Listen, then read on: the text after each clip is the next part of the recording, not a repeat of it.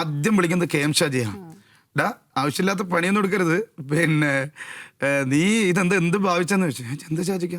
എടാ നമുക്ക് പിണറായി വിജയൻ സഭയിൽ വേണം എന്ന് പറഞ്ഞിട്ട് ഷാജിക്ക് ആവശ്യം അടിപൊളിയായി എന്ന് പറഞ്ഞു. പിന്നെ തൊട്ട് പറയേണ്ടത് ഞാൻ നോക്കുമ്പോൾ പ്രതിപക്ഷ നേതാവിൻ്റെ വിളി വരുന്നുണ്ട്. അതേ ഫോണിൽ സംസാരിച്ചുകൊണ്ട് നോക്കുമ്പോൾ തന്നെ രമേശ് ചെന്നിത്തല ഫോൺ വരുന്നുണ്ട്.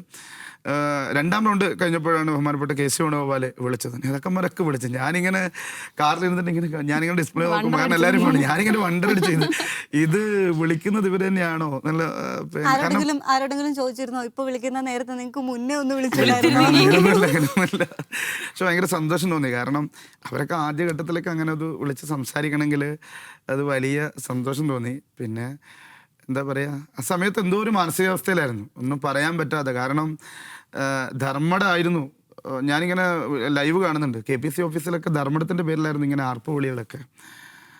അപ്പോൾ ഇങ്ങനെ പിന്നെ 5ാം റൗണ്ടിലെത്തി. ഞാൻ ആ പത്രക്കാരെ കണ്ട സമയത്ത്, അപ്പോൾ അതിനു മുമ്പ് തന്നെ ഈ മാധ്യമപ്രവർത്തകരൊക്കെ എല്ലാവരും എൻ്റെ അടുത്തേക്ക് വന്നു. അവിടെ കുറേ ഉദ്യോഗസ്ഥന്മാരുണ്ടായിരുന്നു, അവരും എൻ്റെ അടുത്തേക്ക് ഓടി വന്നു, എല്ലാവരും കൈ തന്നു, അടിപൊളിയാക്കിയിട്ടുണ്ട്. കാരണം അതുകൊണ്ട് നോക്കുമ്പോൾ 2-3 പോലീസുകാർ അവിടത്തേക്ക് വന്നിട്ട് അവരും കൈ തന്നു. അപ്പം എനിക്ക് മനസ്സിലായി പോലീസുകാർക്കാണ് ഏറ്റവും കൂടുതൽ ആഭ്യന്തരമന്ത്രിയോട് ദേഷ്യം എന്നുള്ളത്.